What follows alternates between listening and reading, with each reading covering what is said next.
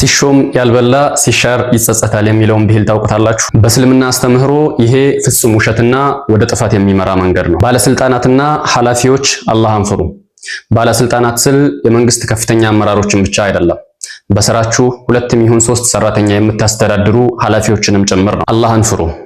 በስልጣናችሁ ተመክታችሁ በስራችሁ ያሉ ሰራተኞችን እንዲሁም ደግሞ ተገልጋይ ህዝብን አትበድሉ። የግል ቂማችሁን ሰራተኛ ላይና ህዝብ ላይ አትወጡ። እንዲሁም ከህዝብ ለህዝብ የተሰበሰበን የመንግስት ገንዘብ እንዲሁም ደግሞ ንብረት ለግል ጥቅማችሁ አታውሉ። በባለፈው ቪዲዮአችን የግለሰብን ሐቅ ያለ አግባብ መውሰድ ምን ያህል ከፍተኛ አደጋ እንዳለው አይተናል።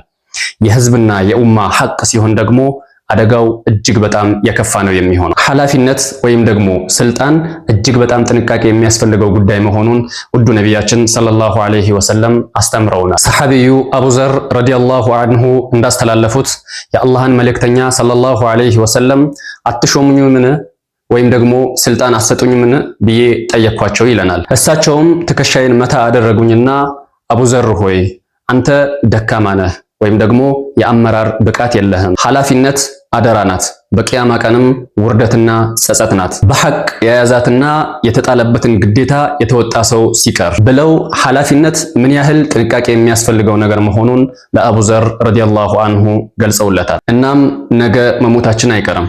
ከኛ በላይ የንጉሶች ንጉስ በሆነው አላህ ፊት እንቆማለን። ያኔ በምድር ላይ ስንሰራ የነበረው ፍትህና አደራን የመጠበቅ ስራችን ብቻ ነው ልንድን የምንችለው ማለት ነው። እናም በስልጣናችን በኃላፊነታችን እንጠንቀቅ፣ አላህን እንፍራ፣ በፍትህ እንምራ ለማለት ነው።